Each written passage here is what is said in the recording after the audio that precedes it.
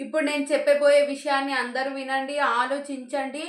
Main ప్రేమించే అమ్మాయిలు, అబ్బాయిలు నేను చెప్పే విషయాన్ని జాగ్రత్తగా వినండి. నేను చెప్పే చిన్న చిన్న విషయాలైనా అందరి జీవితాలతో ముడిపడి ఉన్నాయి. అందరూ ఆలోచించే విధానాన్ని మార్చేస్తుంది. కాబట్టి నేను చెప్పే విషయాన్ని శ్రద్ధగా, జాగ్రత్తగా ఆలోచించండి.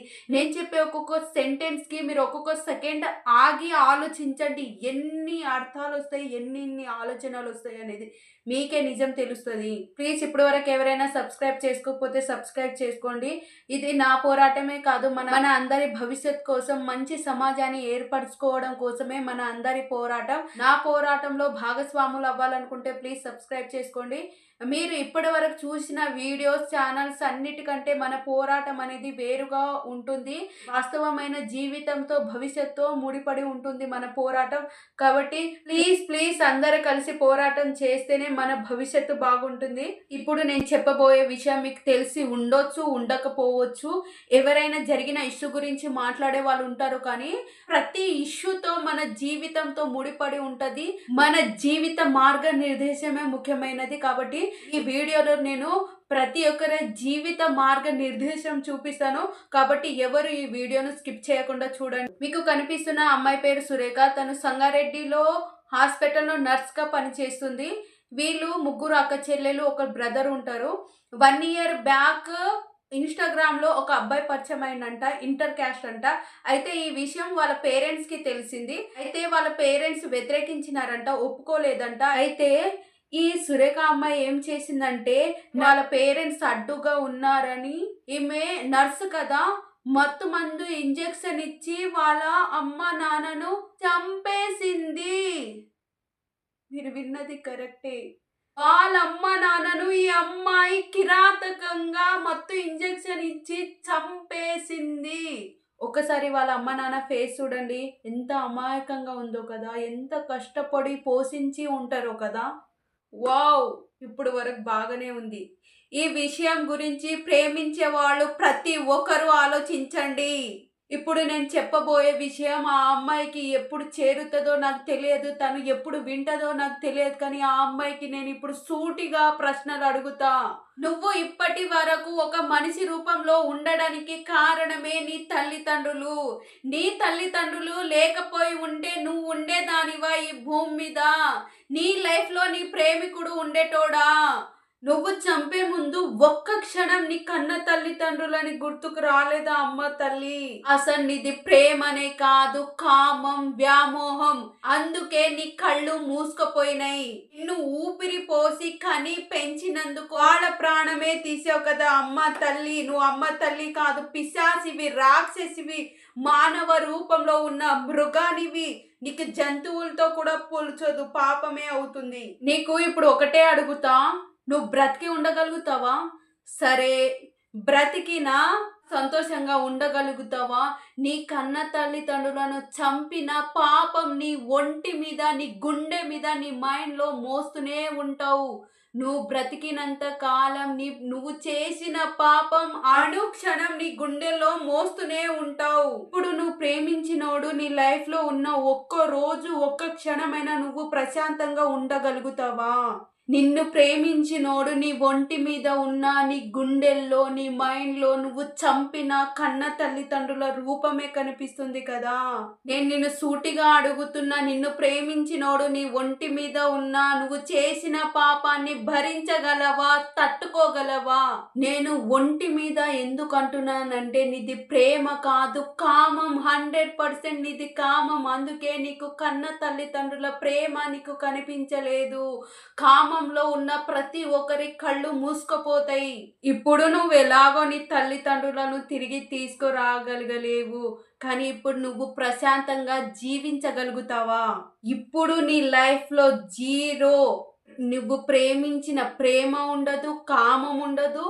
నిన్ను కన్న పాపానికి నీ తల్లిదండ్రుడు కూడా ఉండరు కదా. నీ బ్రతుకుకి, నీ జీవితానికి అర్థమే లేదు.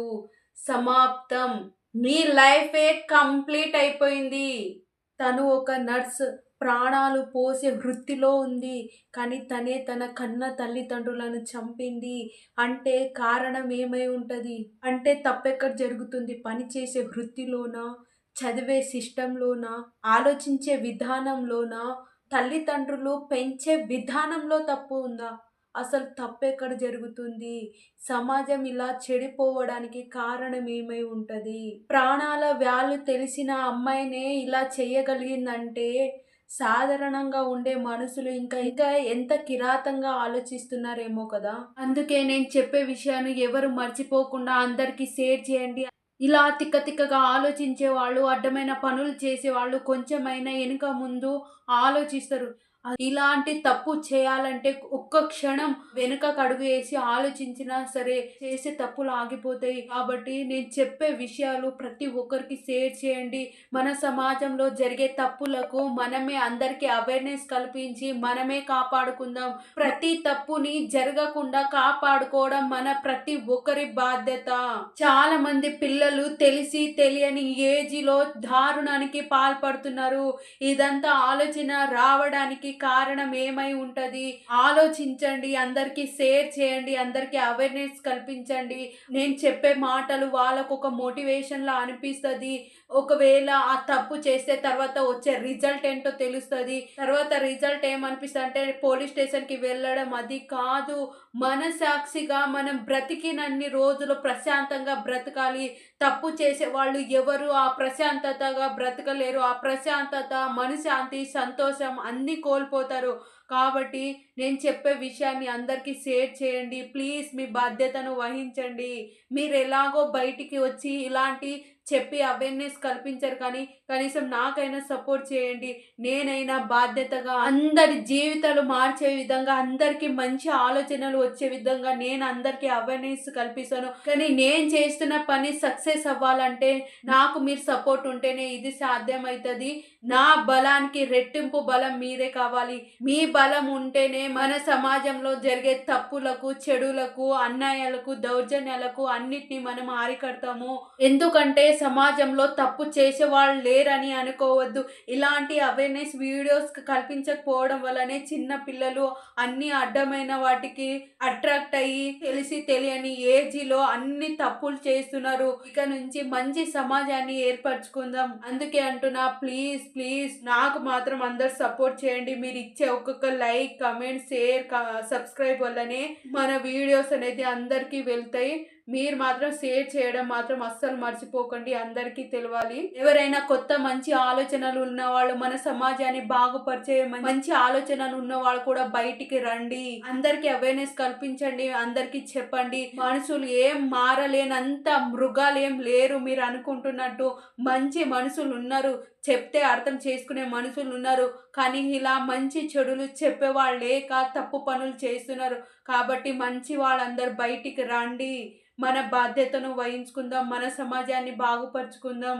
మన భవిష్యత్తు కోసం, మన పిల్లల భవిష్యత్తు కోసం, మన మానవ జాతి కోసం ప్రతి ఒక్కరం కలిసి అడుగు వేద్దాం. ఇప్పుడు నేను చెప్పబోయే విషయం అందరూ జాగ్రత్తగా వినండి. ఈ రోజులు ప్రేమకి, కామానికి తేడానే తెలియదు. ప్రేమను కామంలో వెతుకుతున్నారు.